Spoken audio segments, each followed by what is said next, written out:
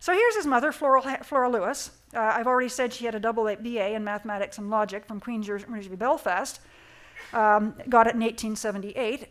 Queen's University Belfast was notable for the fact that when it wasn't a Victorian university. That was why it was called the Queen's University, like my own university was the Queen's University in Canada, Queen Victoria. They announced right from the beginning they were going to admit men and women under the same conditions. So Flora Hamilton was able to take advantage of that. She was obviously very bright. Before Lewis went away to school and before she died, she taught him his beginning Latin, beginning French.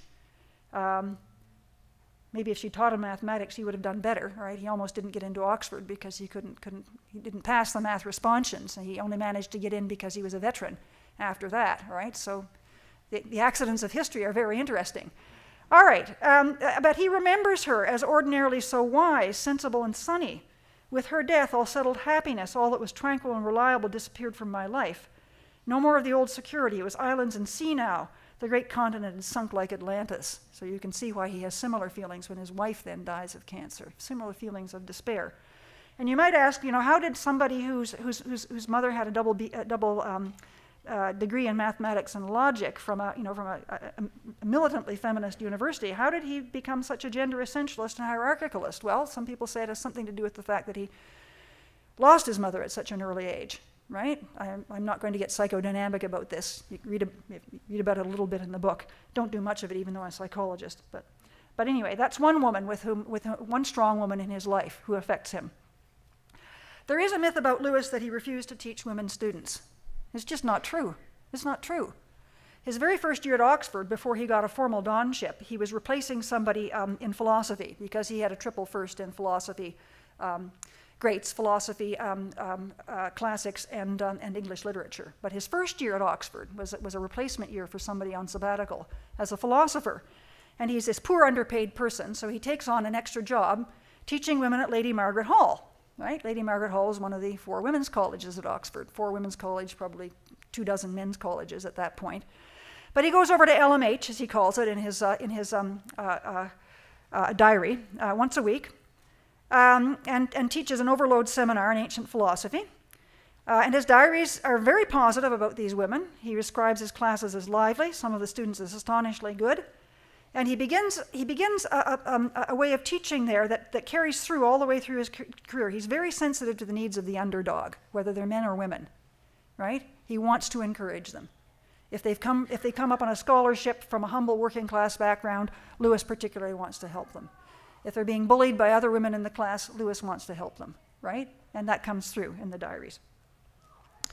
This is Sister Penelope Lawson, who is not a Catholic nun. She is an Anglican nun. This is one of his high Anglican connections. Much published, the Community of St. Mary the Virgin, CSMV, that means. Much published Old Testament scholar. She read the first of his space trilogy and wrote to him and said, this is a really neat book. And they begin a correspondence. She lives in a community at St. Mary the Virgin at Wantage. In fact, Lewis dedicated the middle of his space trilogy novels, Perilander, to some ladies at Wantage. It's the nuns at Wantage. He goes and lectures to them on Christian apologetics. She is actually an Old Testament scholar, did her dissertation on the Hebrew in the Psalms. Lewis knows no Hebrew. He relies on her to get him up to speed on matters that have to do with Hebrew, calls her my elder sister in the faith. By the way, there's a funny story about this. When Lewis's Perilander was translated into to Portuguese, the translation of the dedication to some ladies at Wantage came out as dedicated to some wanton ladies. Watch out for translations. Some of you have heard about the Socratic Club, this Christian apologetics club at Oxford that Lewis was the mentor to for many years. Some of you may not know that it was begun by women students during the middle of the Second World War. Most of the men are away. The women's chaplain at Oxford was a South African woman and an Oxford graduate named Stella Aldwinkle. She is the one who starts the Socratic Club, along with students not at Lady Margaret Hall, but at Somerville College, which is another one of the women's colleges. They have to have an Oxford Don as a mentor. It's called a president, but it just means a mentor or a sponsor. She asked Lewis, he says, long overdue to have this kind of club. And he becomes their mentor. But it was started by women. Even as he is writing publicly that women are not as rational as men, it's women students and the woman chaplain right, who were setting up this club for highly rational debates about the truth of Christianity. Okay. This is Elizabeth Anscombe, who's an Oxford philosopher, about whom Lewis said to one of his fellow Inklings once, she's really much more intelligent than any of us, right? She was a student and literary executor of the philosopher Ludwig Wittgenstein, worked with him at Cambridge for a long time, came back to be a fellow of St. Hugh's College, Oxford. She was a convert to Roman Catholicism, as was her philosopher husband, whose name is Peter Geach. And she had a famous Socratic Club debate with Lewis in 1948. The debates were not always Christians versus lions. Sometimes they were between Christians, right? And this is a debate about the most effective way to convince people of the existence of miracles. And Lewis has already written a book called Miracles. Unfortunately, he hasn't been a philosopher since he taught that seminar to the Lady Margaret Hall people, and he has no idea what's happened in philosophy since then. And Anscombe, just sort of gently points out the flaws in the first edition of Miracles, and in the second edition, he takes them into account and he changes them, right? Changes them in the direction that she suggests. I'm not going to go into her Wittgensteinian argument for that. You can read about it in the book if you want to. Another more problematic person, got to watch here, okay, is Janie Moore, his fictive mother. Before Lewis got married, he lived for 30 years, from the time he came back as a soldier from World War I until 1951, with a sort of a surrogate mother whose name was Janie Moore. She was the mother of a fellow soldier of his in the First World War. And Paddy Moore was killed, and basically Lewis and Moore lived together later with his brother Warren for about 30 years. And he would sneak out from Oxford as an undergraduate to go and visit her in Oxford. And although there was a lot of controversy about this, most Lewis biographers, do say it does seem as if he had a sexual relationship with her, at least until he became a confessing Christian again. And then he did not. So it was one of these younger women, younger man, older woman relationships. His friend Ruth Pitter, he had a very ambivalent relation with her. And by the way, he says nothing about her in his biography, Surprised by Joy. He's living with her. He's lived with her for 20 years. He's not a mention of Janie Moore, which led one of his fellow Inklings to say that the book Surprised by Joy should really be called Suppressed by Jack, because of all the things he didn't say in it, right? And his friend Ruth Pitter, whom I'll mention in a minute, says, an interesting subject, Jack's views on women. I thought that losing his mother, cruel loss at age 8 and horribly emphasized by the circumstances, must have seemed like a black betrayal. If he was mistrustful of women, it was not hatred, but a burnt child's dread of fire. It's a pity that he made his first and perhaps biggest contribution with the Screwtape Letters, in which some women are only too well portrayed in their horrors, rather like Milton's Satan. I have wondered whether his experience with the mother he adopted did not find a steam vent in Screwtape. I'm running out of time, so I'm going to go through these last slides a little bit quickly. He has very ambivalent feelings about Janie Moore, as we know, not only from what he said publicly to his biographers, but in his letters after she dies. Ruth Pitter, poet Ruth Pitter, another significant relationship with a peer, much better poet than he was. He said that all the time. Won many awards, became a commander of the British Empire from the Queen.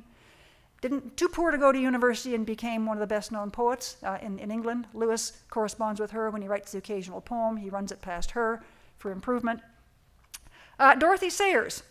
Again, I'm not going to go through these, but if you read any of Dorothy Sayers' essays on women, I love the title of this, The Human Not Quite Human. That's her poke in Aristotle's eye, because to Aristotle, women are human, not quite human. All right? And she challenges that. She challenges that in ways that I quote in the book. She crosses swords with Lewis when he wants her to come out with him to resist the ordination of women in the Anglican Church. It's not even happening in England. They're trying to do it in Hong Kong, right, in 1948, because they don't have any male pastors left after the war, or very few. But Lewis wants to climb up on that soapbox in 1948 to make sure it doesn't happen. She's not going to do it. All right? So anyway, yes, so Dorothy Sayers, a lot of letters to and from Lewis and Dorothy Sayers, who was a very, very famous author of Christian apologetics, also of detective novels, the Lord Peter Wimsey novels. This is my last quote, and this is where the title to the talk comes. Here's a letter to Dorothy Sayers. he says, you know, I'd only dimly realized that the old-fashioned way, and my father did it exquisitely, here's father and Jack and Warren, of talking to all young women, all right? Men seem to talk to all young women very like an adult way of talking to young boys, right? When I talk to my 2-year-old grandson, I say, Liam, aren't you the clever little boy? Hello, Liam. Oh, yes. Oh, you're so cute, right? He says, you know, you're right. Men continue to talk to women like the way we talk to young boys. It explains not only why some young women grew up vapid, but why all others grew up, if we may coin the term, viricidal, that is, wanting to kill men. And here's his last comment to Dorothy Sayers. I don't like either the ultra-feminine or the ultra-masculine myself. I prefer people. And hence the title of the talk, A Preference for People. Thank you very much.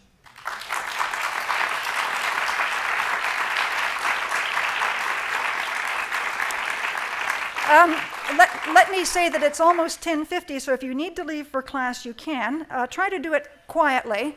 But if you want to stay, I don't have a class at 11, so if you want to stay to ask questions, let's just take a little stretch break. Stand up and stretch. If you need to leave, leave. I do have the PowerPoint presentation posted on my 3 of my course websites. If anybody else is interested in it, shoot me an email. I'll be happy to send it to you. Okay? So if you need to go, go. And why don't the others move up a little closer?